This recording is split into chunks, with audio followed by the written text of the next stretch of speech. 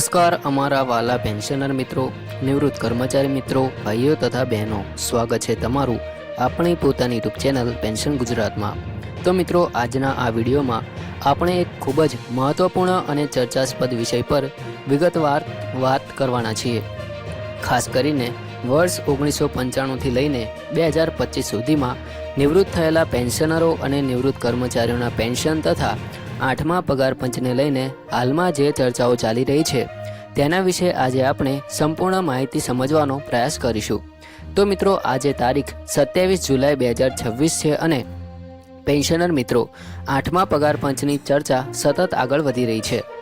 8મા પગાર પંચમાં fitment factor શું હોઈ શકે છે, તેના આધારે મૂળ પગારમાં કેટલો વધારો થઈ શકે છે અને જો અલગ અલગ ફિટમેન્ટ ફેક્ટર લાગુ કરવામાં આવે તો પગારની ગણતરી કેવી રીતે થઈ શકે છે, તે તમામ બાબતોને આજે આપણે એકદમ સરળ ભાષામાં સમજીશું। તો સૌથી મહત્ત્વની વાત એ છે કે આ વિડીયોમાં જે આંકડા અને ફિટમેન્ટ ફેક્ટરના આલંકન વિશે આપણે વાત કરીશું તે હાલમાં કરવામાં આવતા અંદાજો અને અપેક્ષાઓ પર આધારિત છે। અંતિમ નિર્ણય સરકાર અને 8મા પગાર પંચ તરફથી લેવામાં આવ્યા બાદ જ ચોક્કસ માહિતી સામે આવશે। તેથી પેન્શનર મિત્રો, આ માહિતીને હાલની ચર્ચા અને અંદાજ તરીકે જ સમજવી જરૂરી છે। તો મિત્રો, જો તમે પણ પેન્શન, નિવૃત્ત કર્મચારીઓ અને 8મા પગાર પંચ સાથે જોડાયેલી માહિતી નિયમિત રીતે મેળવવા માંગતા હોય તો આપણી ચેનલ પેન્શન ગુજરાત યુટ્યુબ ચેનલને અત્યારે જ સબસ્ક્રાઈબ કરી લો, વિડીયોને લાઇક કરો અને આ માહિતી તમારા અન્ય પેન્શનર મિત્રો સુધી પણ શેર કરજો। તો ચાલો મિત્રો, હવે આજના મુખ્ય વિષય તરફ આગળ વધીએ। તો પેન્શનર મિત્રો, હાલમાં સૌથી વધુ ચર્ચા જે વિષયની થઈ રહી છે તે છે 8મું પગાર પંચ। 7મા પગાર પંચ બાદ હવે 8મા પગાર પંચ હેઠળ કેન્દ્ર સરકારના કર્મચારીઓ અને પેન્શનરોને પગાર તથા પેન્શનમાં કેટલો લાભ મળી શકે છે તેના વિશે અલગ અલગ પ્રકારના અંદાજો સામે આવી રહ્યા છે। આ સમગ્ર પ્રક્રિયામાં સૌથી મહત્વપૂર્ણ બાબત છે ફિટમેન્ટ ફેક્ટર। સરળ ભાષામાં સમજીએ તો ફિટમેન્ટ ફેક્ટર એટલે એક એવો ગુણાકારનો આંકડો જેના આધારે હાલના મૂળ પગારમાંથી સુધારેલા મૂળ પગારની ગણતરી કરવામાં આવે છે। અહીં એક સરળ ફોર્મ્યુલા સમજીએ તો 8મા પગાર પંચ હેઠળનો સંભવિત મૂળ પગાર બરાબર 7મા પગાર પંચનો મૂળ પગાર ગુણ્યા ફિટમેન્ટ ફેક્ટર। આ ફોર્મ્યુલા સમજવાથી તમને આખી ગણતરી સરળતાથી સમજાઈ જશે। હાલમાં 8મા પગાર પંચ માટે અલગ અલગ ફિટમેન્ટ ફેક્ટરની ચર્ચા થઈ રહી છે। કેટલાક અંદાજો મુજબ આ ફિટમેન્ટ ફેક્ટર 1.92થી લઈને 3.83 સુધી હોઈ શકે છે, પરંતુ ફરી એકવાર સ્પષ્ટ કરી દઈએ કે આ અંતિમ નિર્ણય નથી। આ અલગ અલગ સંગઠનો, નિષ્ણાતો અને કર્મચારી સંગઠનો દ્વારા કરવામાં આવેલા અંદાજો અને ભલામણો સાથે જોડાયેલી ચર્ચા છે। જો 1.92નો ફિટમેન્ટ ફેક્ટર લાગુ કરવામાં આવે તો વર્તમાન મૂળ પગારની સરખામણીમાં મૂળ પગારમાં આશરે 92%નો વધારો થવાની ગણતરી થઈ શકે છે। બીજી તરફ જો 3.83નો ફિટમેન્ટ ફેક્ટર લાગુ કરવામાં આવે છે તો મૂળ પગારમાં ઘણો મોટો વધારો જોવા મળી શકે છે। હવે મિત્રો, આપણે આને એક ઉદાહરણથી સમજીએ તો ધારો કે 7મા પગાર પંચ હેઠળ તમારો મૂળ પગાર 18,000 રૂપિયા પ્રતિ મહિનો છે। જો 8મા પગાર પંચ હેઠળ 1.92નો ફિટમેન્ટ ફેક્ટર લાગુ કરવામાં આવશે તો ગણતરી થશે 18,000 રૂપિયા ગુણ્યા 1.92। આ પ્રમાણે નવો મૂળ પગાર આશરે 34,560 રૂપિયા પ્રતિ મહિનો થઈ શકે છે। એટલે 18,000 રૂપિયાના હાલના મૂળ પગારની સરખામણીમાં 34,560 રૂપિયાનો મૂળ પગાર બની શકે છે। હવે બીજું ઉદાહરણ લઈએ કે જો ફિટમેન્ટ ફેક્ટર 2.86 રાખવામાં આવે છે તો 18,000 ગુણ્યા 2.86 એટલે કે 51,480 રૂપિયા પ્રતિ મહિનો। આ કિસ્સામાં 18,000 રૂપિયાના મૂળ પગારની સરખામણીમાં નવો મૂળ પગાર 51,480 રૂપિયા થઈ શકે છે। હવે ત્રીજું ઉદાહરણ જોઈએ તો જો ફિટમેન્ટ ફેક્ટર 3.68 મંજૂર થાય છે તો 18,000 ગુણ્યા 3.68 એટલે કે 66,240 રૂપિયા પ્રતિ મહિનો થશે। અને જો સૌથી વધુ ચર્ચાતો વિષય ફિટમેન્ટ ફેક્ટર 3.83 મંજૂર કરવામાં આવે છે તો 18,000 ગુણ્યા 3.83 એટલે આશરે 68,940 રૂપિયા પ્રતિ મહિનો થશે। આ રીતે જોવામાં આવે તો 18,000 રૂપિયાના હાલના મૂળ પગારની સરખામણીમાં નવા મૂળ પગારમાં નોંધપાત્ર વધારો જોવા મળી શકે છે।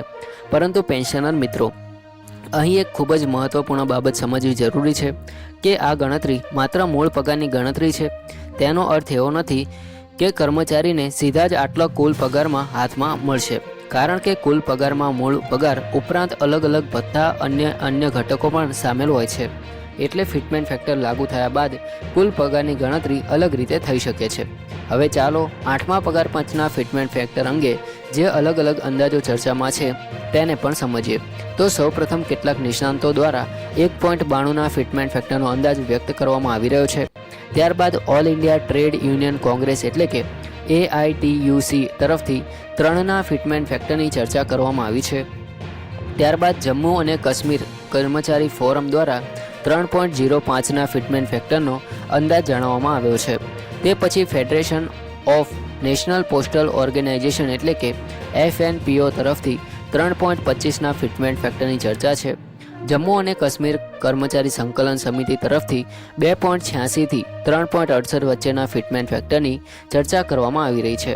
અને ત્યારબાદ NCJCM તરફથી 3.83ના ફિટમેન્ટ ફેક્ટરનો અંદાજ અથવા ભલામણ ચર્ચામાં છે.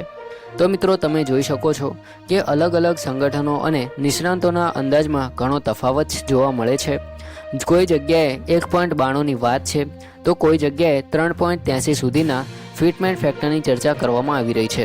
પરંતુ અંતિમ ફિટમેન્ટ ફેક્ટર કેટલો રહેશે તે બાબતનો અંતિમ નિર્ણય સંબંધિત સત્તાવાર પ્રક્રિયા પૂર્ણ થયા બાદ જ સ્પષ્ટ થઈ શકે છે. હવે મિત્રો અહીં એક પેન્શનર મિત્રો માટે એક મહત્વપૂર્ણ પ્રશ્ન ઊભો થાય છે કે 8મા પગાર પંચની ચર્ચા માત્ર કર્મચારીઓ માટે છે કે પછી પેન્શનરો માટે પણ તેનો કોઈ સંબંધ છે. તો આ બાબતને સમજવા માટે સૌપ્રથમ આપણે 8મા પગાર પંચની સમગ્ર પ્રક્રિયાને સમજવી પડશે. જ્યારે પગાર પંચ હેઠળ પગાર માળખામાં સુધારો થાય છે ત્યારે કર્મચારીઓના મૂળ પગાર સાથે જોડાયેલા વિવિધ ઘટકોમાં પણ ફેરફારની ચર્ચા થાય છે. પેન્શનરો માટે પણ પેન્શન સુધારા સાથે જોડાયેલી ચર્ચા મહત્વપૂર્ણ બને છે.